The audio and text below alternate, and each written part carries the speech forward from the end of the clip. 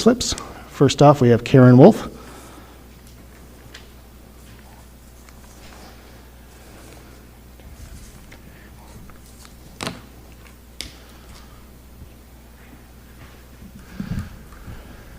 Everybody hear me? Yeah? Okay. All right. All right, thank you again for allowing me to speak. So first off, I'd just like to say that I'm glad to see that discussing a letter of dissent is on the agenda. I'm hopeful that it will be the start of more steps to put the kids first. I think another step in the right direction would be upholding School Board Policy 7180, which outlines the prevention of bullying, intimidation, and harassment. Unfortunately, we are seeing this policy, along with the right to medical privacy, violated. We have students and teachers asking during class who's going to get the COVID shot. We have teachers gladly telling students that they just got their booster. There are teachers shaming and punishing first graders if their masks fall below their nose. I believe some of the decisions you've made over these past months have created a culture of discrimination and fostered an environment of mistrust and fear. We've also had some amazing teachers leave and be replaced by subs who are now accused of inappropriate conduct towards students. The school district has become unrecognizable in many ways. I encourage you to really see what is happening in the schools. All we want is an environment where our kids can focus on learning. I don't think that's too much to ask. It's time our district gets out of the healthcare business and out of politics and back into education. We saw 4 cases out of 1,500 tests in the most recent SHIELD update, and yet we're supposed to believe that the testing is necessary and helpful. We see the same or better numbers in every state surrounding Illinois with no mask requirements, and yet we're still being told that masks keep our kids safe. We see unmasked administrators at awards ceremonies and recognition dinners, but forcing it on kids is somehow of the utmost importance. I really hope we do have a metric tonight. I also don't think this is too much to ask. It's just common sense to have a goal. How else do we reach an endpoint or implement steps? It certainly can't be 0 cases because that's impossible. I think it's past time to recognize this is similar to the flu. Some people will get a shot every year and others won't. And no one will ask or even care what someone else decides. It's their decision. It really has become cruel, in my opinion, how kids are being treated. The strictest policies are placed on them, even though they're the least likely to catch or spread coronavirus. I heard someone say, let's put restaurant tables in classrooms so that children can take off their masks when they sit down. It's meant to be a joke, but it's actually really sad. There's no logic or reason in the guidelines. We know funding is tied to testing, promoting the shots, etc. I would like you to consider that there are many of us who would rather forego that money than be beholden to coronavirus policies for an unspecified and possibly indefinite amount of time. This isn't the environment we want for our kids. So many lines have been crossed, and we don't know which will be crossed next. All for something with an almost 100% survival rate. It doesn't make sense. A lot of us don't think it does. I think even a lot of you up there don't think it makes sense. So let's get back to what our district should be doing best, providing warm, welcoming, and blue ribbon caliber schools. Thank you. Nice. Thank you, Karen. Next, we have Maryanzaleski.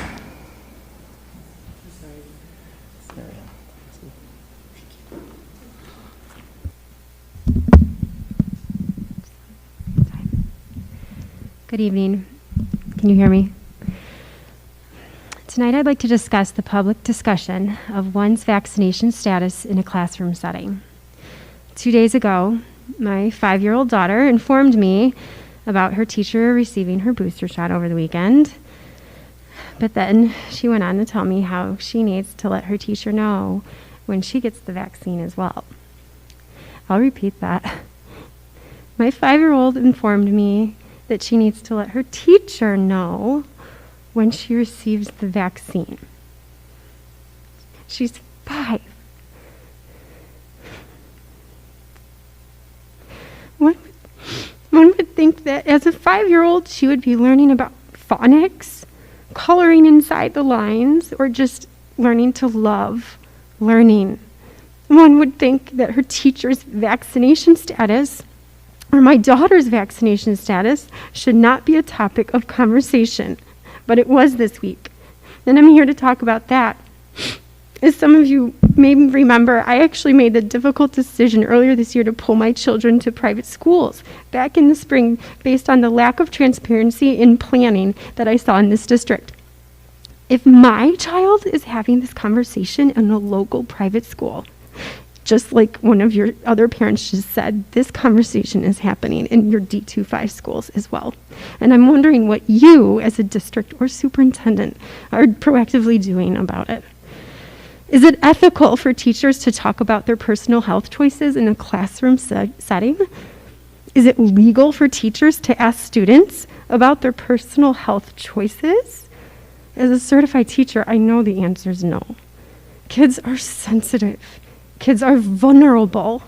Kids are impressionable.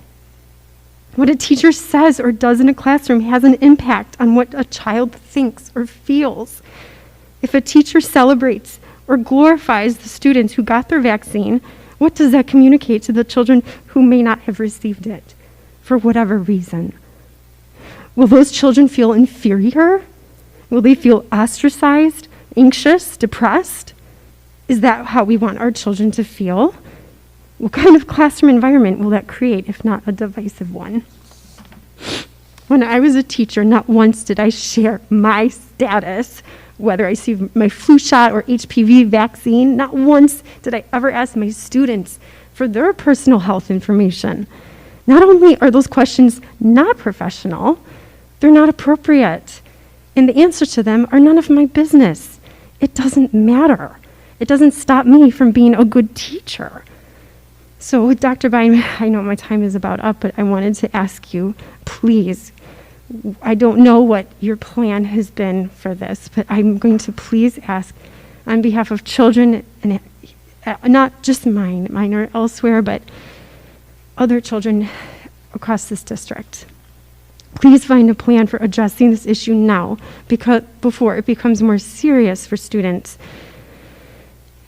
There's an easy way to do that, and I know I can get to that later at a better time. I don't know if I can get more time, but this is a major issue, guys. It's going to be seen in classrooms and in homes, and the conversation should be happening at home or with your pediatrician, not your teacher. Please, please come up with a plan to address this issue in an appropriate manner with your staff. Thank you. Thank you. Next, we have Lisa Dottie. Lisa Dottie.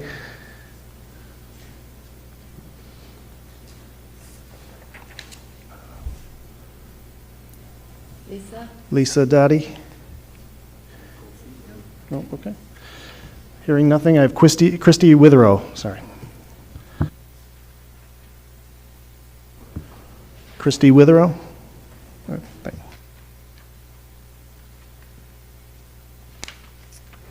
Good evening, everyone. Thank you all for still being here and serving our community. Tonight, I wanted to try to quickly share a few concerns that I have. Number one, the first sentence under the job description for a board member. The board is committed to an ongoing two-way conversation with constituents about aspirations for the education of district students. Myself and many others that I've spoken to have experienced little to no communication with our board this year. I'm not sure how anyone sitting up here could possibly know what the district wants because nobody has asked us this year. Last year, we received multiple surveys and polls to understand what the district as a whole desired. Please re-engage the community.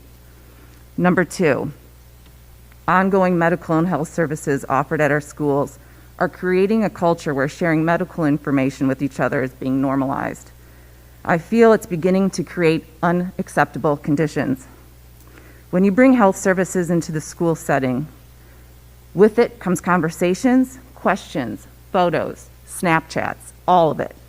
It becomes a thing. Just like that, our medical choices are no longer private. And I know this because I have an 8-year-old who talks with her girlfriends. And I'm not going to share, it's private, but it's very upsetting. I hear from multiple moms whose kids' teachers are asking who got the shot. That is so inappropriate. Kids talk about who does and who doesn't spit in a tube. Gross, and it should be private. I know firsthand that a young boy was questioned by nurses beyond what was necessary without a parent present, resulting in him being excluded from school. That's not okay.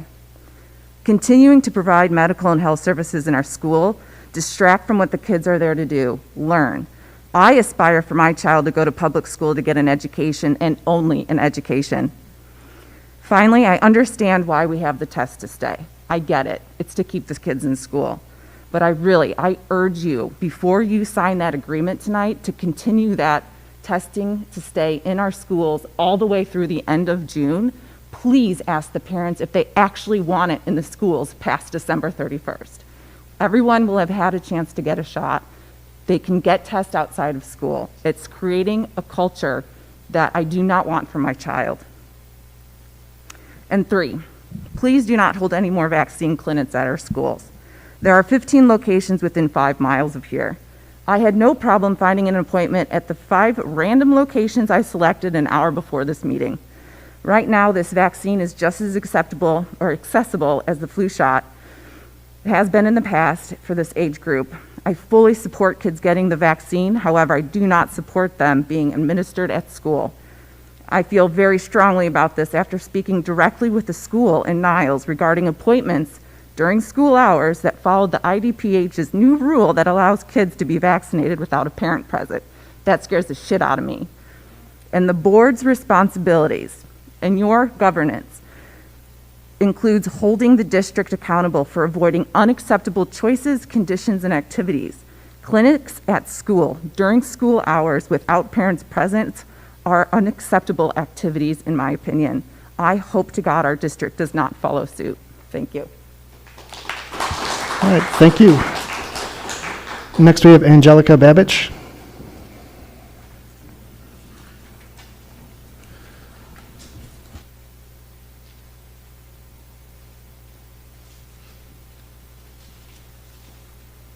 Hello, Dr. Bine. Hello, all the board members. Thank you so much for your time. Happy Veterans Day to you. Thank you for your service.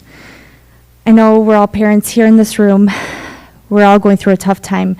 I do want to address another very important topic, 2 important topics that I know that parents share in this room and other parents share too.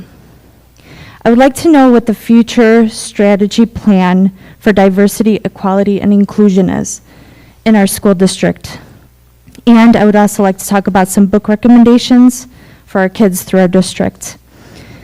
August 2021, I was part of a small group discussion about diversity, equity, and inclusion. I have not seen any updates since then. I did find a description on District 25, and it did say that we will be fostering a sense of belonging, mutual understanding, competence to address diversity, equity, social justice, racism, inclusion in our everyday practices. And we're going to empower an inclusion diverse community of learners to innovate and thrive as global citizens. And this is projected for 2021 to 2025.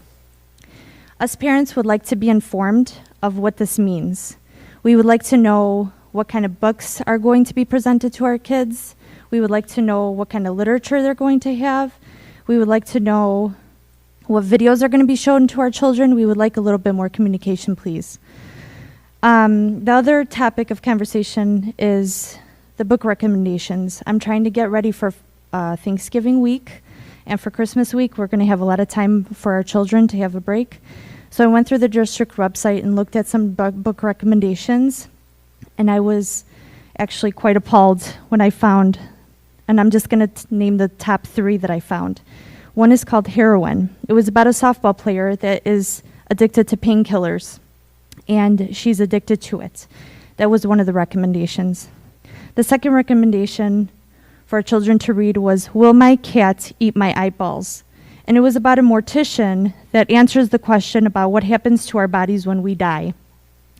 And then the third book that I found that our school district recommended was Devils Within. It talks about an 8-year-old that stabbed somebody, killed his dad at 14, and was the leader of the front of a notorious white supremacist. During these times of COVID And everything we've been through, these should not be the recommendations that our school district is giving to our parents and children. So I will be checking the website a week from today to make sure that these books are updated and the right books are presented for our children to read. Thank you. Thank you. Last, we have Wanda Wodzick.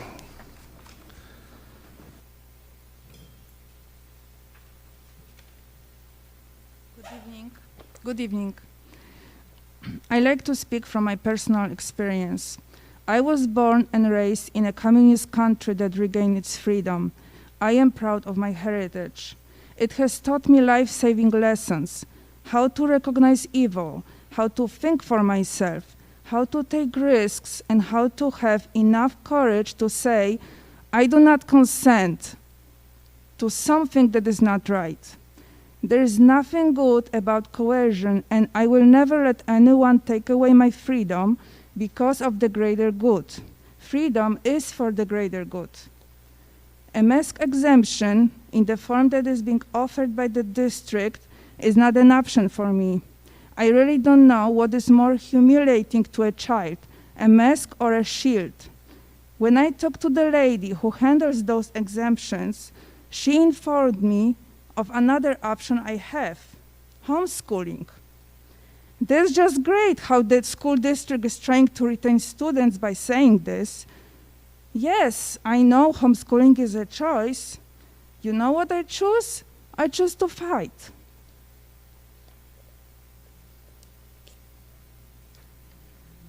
This is a cup that was given to my daughter at school at the beginning of the Red Ribbon Week. It says, speak up, stand up and speak up for what's right. Be kind, be honest, be strong, be positive, be a role model. Be the change you wish to see in the world. That's what I'm doing right now, and you need to take responsibility and do the same. It's not a choice for you. It's your obligation. Thank you. Well, thank you.